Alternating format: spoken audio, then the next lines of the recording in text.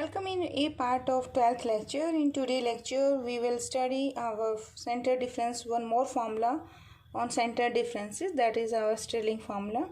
In today's lecture, we first write the formula for this method and then solve one important questions.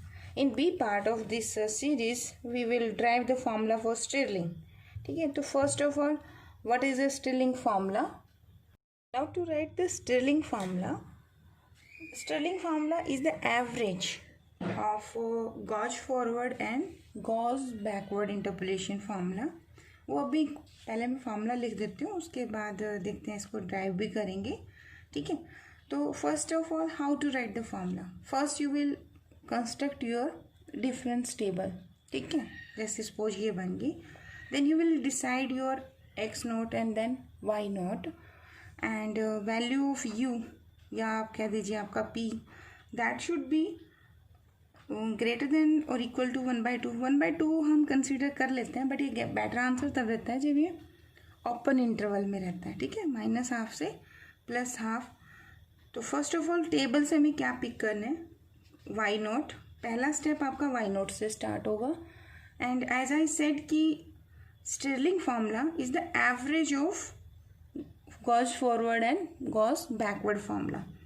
तो forward में हमारा पहला step delta Y note था और Gauss backward में हमारा पहला स्टेप डेल्टा वाई -1 था. तो यहाँ हम क्या करेंगे, I will take the average. तो एवरेज में ये जो टर्म आएगी इन दोनों का एवरेज कर दोगे. ठीक है, ये टर्म दोनों में कॉमन होगी तो एवरेज करेंगे सेम रह जाएगी. ये दोनों फॉर्मूलाज के अंदर जो डिफरेंसेस हैं ये डिस्टिंक्ट होंगे तो इन दोनों का फिर एवरेज हो जाएगा. And delta 4 of y -2 further इससे आगे, यानी कि आपका y x using Stirling formula will be equal to, यहाँ तो कॉफिशिएंट आपका 1 ही रहेगा एज आई राइट हियर. तो 1 × वाई नोट कितना होगा, that is 1.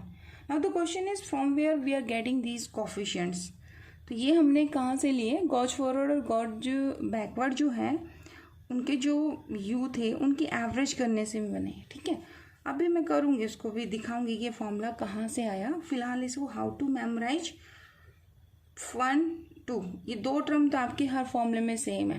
Coefficient is first 1, second u, third is u² / 2 factorial, then is ये आपके गॉज फॉरवर्ड गॉज बैकवर्ड सब में सेम रहेगा, u+1 u -1/3 फैक्टोरियल. नेक्स्ट आपने इसको u से और मल्टीप्लाई कर देना.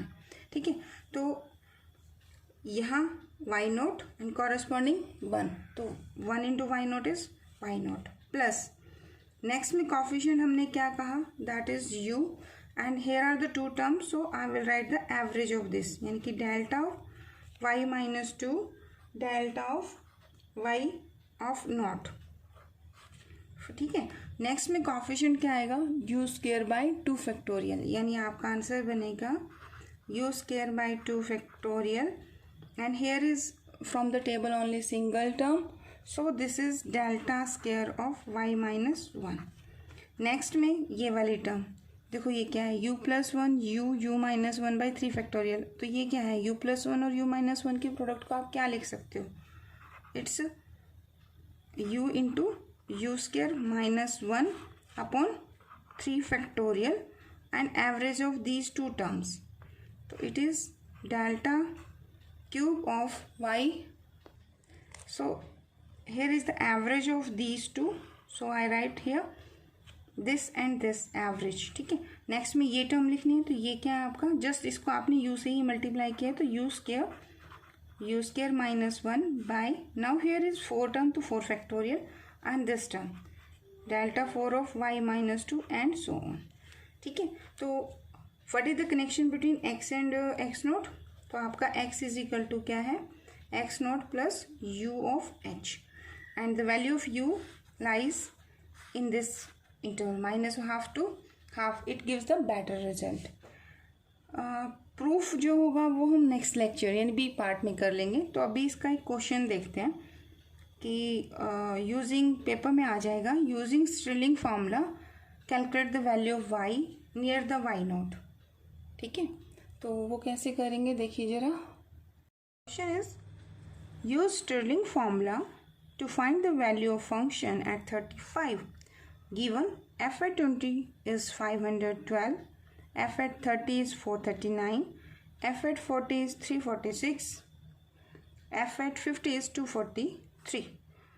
तो here your value of x is equal to 35 और आपको x नॉट अगर स्टर्लिंग फॉर्मूला अप्लाई करना है तो select in this range. Equality हो सकती है यहाँ पर अगर डाटा पॉइंट्स कुछ ऐसे हैं तो ठीक है. तो first you will write this your formula this one. और फिर दूसरा काम क्या है, देखिए आपको फार्मूला आए चाहे ना आए एग्जाम में, जिस पॉइंट पर निकालना है उसे तो एक्स कह दीजिए. ठीक है. और इन पॉइंट्स में से जिसके नियर बाय है ये उसे एक्स नोट कर दो. जैसे यहाँ 35 है, 30 और 40 के बीच में लाई कर रहे हैं. ठीक है. तो आपकी एक चॉइस आएगी या तो 30 या फिर 40.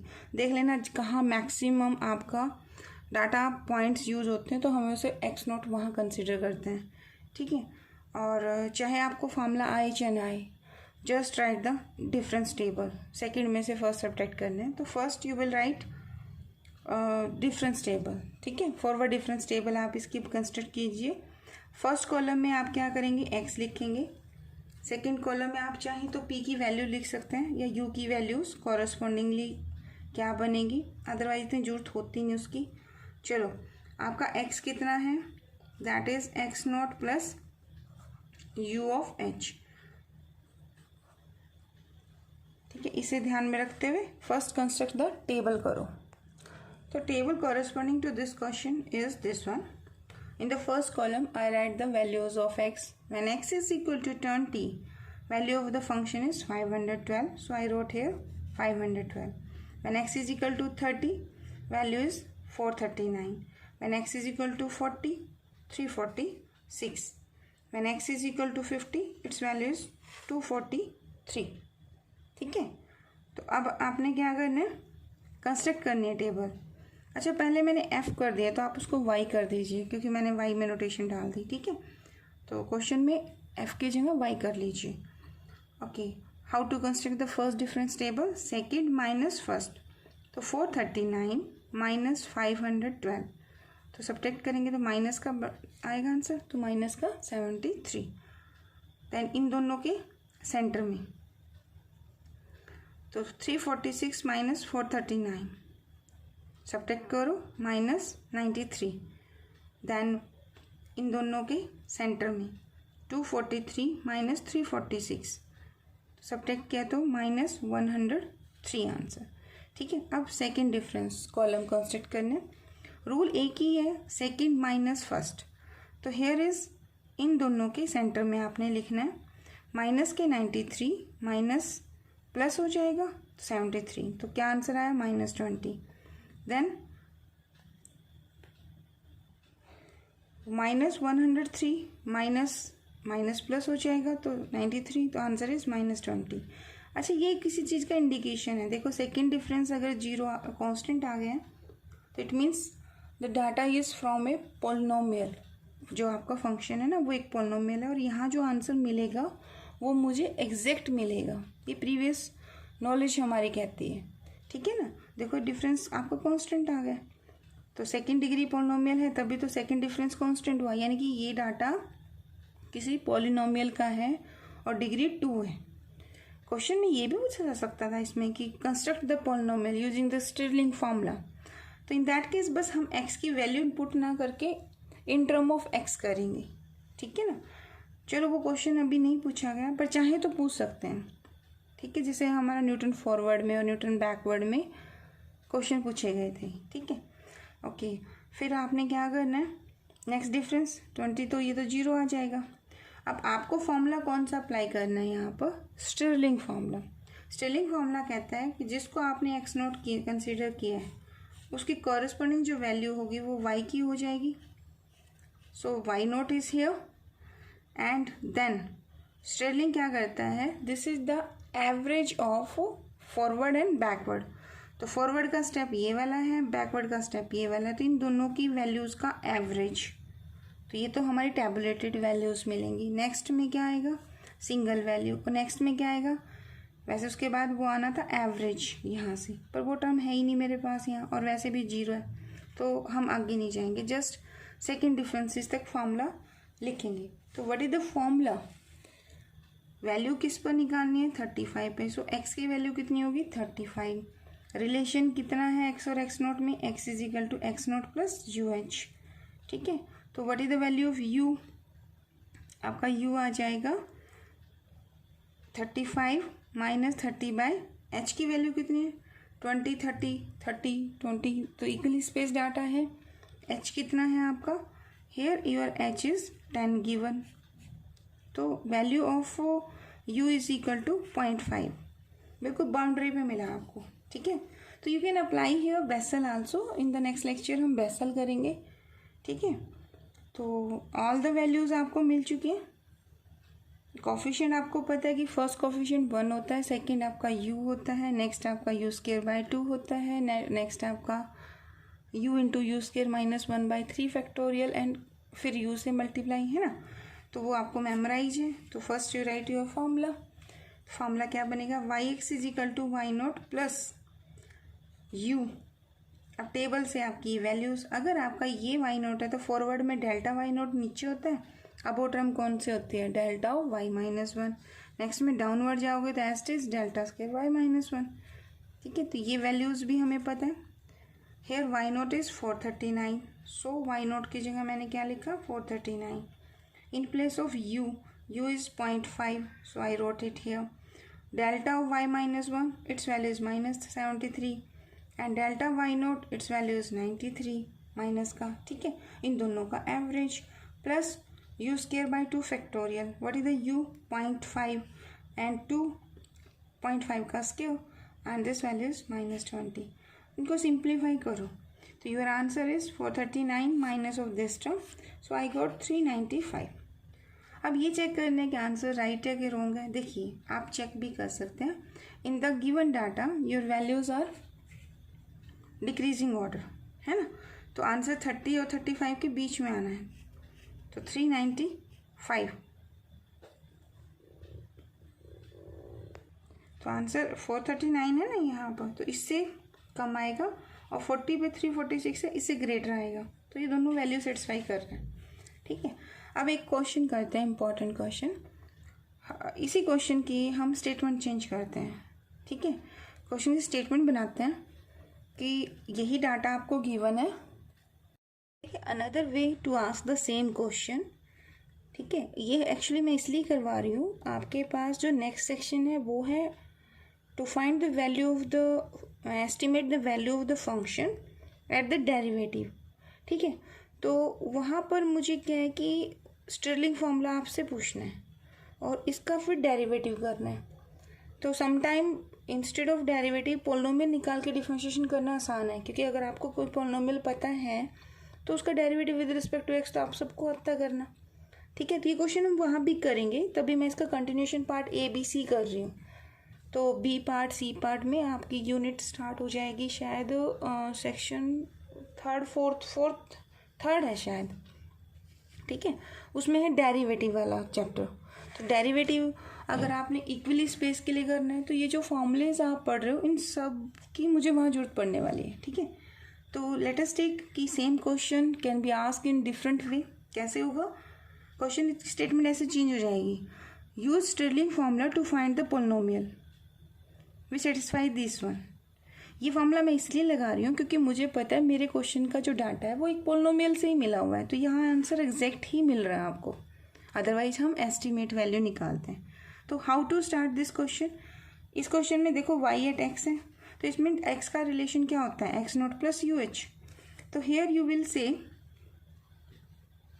u इज इक्वल टू, ये u निकाल लो तो क्या होगा? x0 इधर चला जाएगा, तो u इन टर्म ऑफ, अब आपके पास टेबुलर कोई वैल्यू होने की बजाय अब u की value in term of x minus 30/10 है। ठीक है, अब आपने क्या करना है, ये डाटा दिया हुआ है ऑलरेडी, आप ये टेबल बना चुके हो, है ना, ये आपने कर लिया था। चलिए, अब यहाँ तक तो सेम आएगा, y(x) is equal to this value in place of this. अब आपने यहाँ पे क्या पुट करना है? वैल्यू ऑफ यू करनी है, यानी आपका क्वेश्चन बन जाएगा दिस वन। तो वाई एक्स रहेगा, in term of polynomial x की फॉर्म में आंसर देना है। वाई नॉट की वैल्यू 439 है, यू की वैल्यू क्या है आपकी अब x माइनस 30/10 है, ये दोनों वैल्यूज़ सेम आएंगी, ठीक है। प्लस एस्टेज आएगा, u की जगह x माइनस 30/10 का स्क्वायर मतलब 100 लिख दिया मैंने, और ये वैल्यू कितनी है -20। 0 to 0 कैंसिल आउट कर दी, 2 to 2 कैंसिल आउट कर दिया, this minus sign is -1 here, it is x minus 30 का स्क्वायर बाय 10 रहेगा, ठीक है। इन दोनों का सम -166/2 हो जाएगा, and on division it will gives 83। Now 439 is this one. अब ये ना थोड़ी सी कैलकुलेशन बड़ी हार्ड सी है, तो पोलिनोमियल ही तो पूछिए आपसे, 2 डिग्री पोलिनोमियल बननी है हमारी। देखो हमने टेबल देख के पहले ही डिसाइड कर लिया था कि इन दिस क्वेश्चन आपकी टेबल कितने डिग्री की बननी है, 2 डिग्री की। देखना आपका आंसर 2 डिग्री आने वाला है। Okay 439 as it is x minus 30/10, तो यहाँ से ये फैक्टर और ये फैक्टर दोनों कॉमन कर दिए, this minus sign I took outside, this 10 और 10 I am also taking outside, ये माइनस बाहर चला गया तो डिवीजन होके 83 and it gives x minus 30, 1 factor रह जाएगा, एक फैक्टर आप बाहर ले गए हो। अब x minus 30 plus 85 x plus 53, तो it is my required polynomial, ठीक है।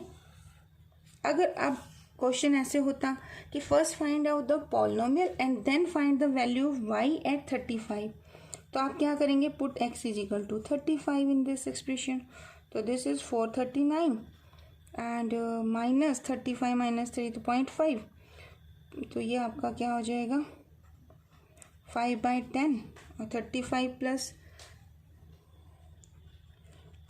प्लस 53, इसको सिंप्लीफाई करोगे तो 439, ये आपका वही 44 बन जाएगा, ठीक है। तो ये कैलकुलेशन आपने ऑलरेडी की हुई है, तो आंसर कितना बनेगा 395। तो the same question can be asked in this another way, ठीक है। एंड लेट अस टेक, अब क्योंकि आपके पास जो क्वेश्चंस हैं वो कॉम्पिटिटिव एग्जाम वाले भी आ सकते हैं, मल्टीपल चॉइस क्वेश्चन, ठीक है ना। कोविड-19 का तो कुछ नहीं पता है कब तक चलेगा अपना, तो 1-2 क्वेश्चन करते हैं कि कंपटीशन वाले क्वेश्चन कैसे पूछे जाएंगे इसी सिलेबस के। Question is the Stirling formula is, अब आपके पास चॉइस दे दी, द स्टिरलिंग फार्मूला इज यहाँ डैश कर दिया of Gauss forward and backward formula. अब आपको बताना है कि स्टिरलिंग फार्मूला गॉस फॉरवर्ड और बैकवर्ड का क्या है, geometrical mean, arithmetical mean, harmonic mean और नन ऑफ दीज। तो आज ही हमने किया स्टिरलिंग फार्मूला तो अर्थमेटिकल मीन है, तो आंसर इज बी, ठीक है। Similarly one more question, find cubic polynomial which take the following values. अब आपसे इस डाटा को सेटिस्फाई करने वाली पोलिनोमियल पूछी गई है, तो आई होप ये क्वेश्चन मैं आपके लिए छोड़ देती हूँ। You can use any trick here, Gauss forward भी यूज़ कर सकते हो क्योंकि 0, 1, 2, 3 इक्वली स्पेस डाटा है, तो आप न्यूटन फॉरवर्ड भी लगा सकते हो, बैकवर्ड भी, गॉस फॉरवर्ड, गॉस बैकवर्ड, और आज हमने कर लिया स्टिरलिंग फार्मूला। एंड यहाँ पे आपकी पोलिनोमियल कितने डिग्री की बन रही है 3। वन मोर थिंग, आप हिट एंड ट्रायल मेथड से भी इसे सॉल्व कर सकते हैं, it's your choice. And same for the 13, the cubic polynomial which takes the value of this one. अब आपको ये कोई क्यूबिक पोलिनोमियल दे दी जो इस डाटा को सेटिस्फाई करती है, आपको y की वैल्यू -1 पर कैलकुलेट करनी है, तो ये क्वेश्चंस आप कर सकते हो, तो डू इट योरसेल्फ। नहीं आता तो जो लिंक बना है उसमें पूछ लेना, फिर वहाँ करेंगे, ठीक है। तो आई होप ये दोनों क्वेश्चन आप कर सकते हैं, और ये ही क्वेश्चन हैं जो आपसे कल, आप अगर फिजिक्स के स्टूडेंट तो भी काम आएगा ये, और अगर आप मैथ के हैं तो ये आपके कॉम्पिटिटिव एग्जाम में क्वेश्चन पूछा जरूर जाएगा, ठीक है। Thank you very much.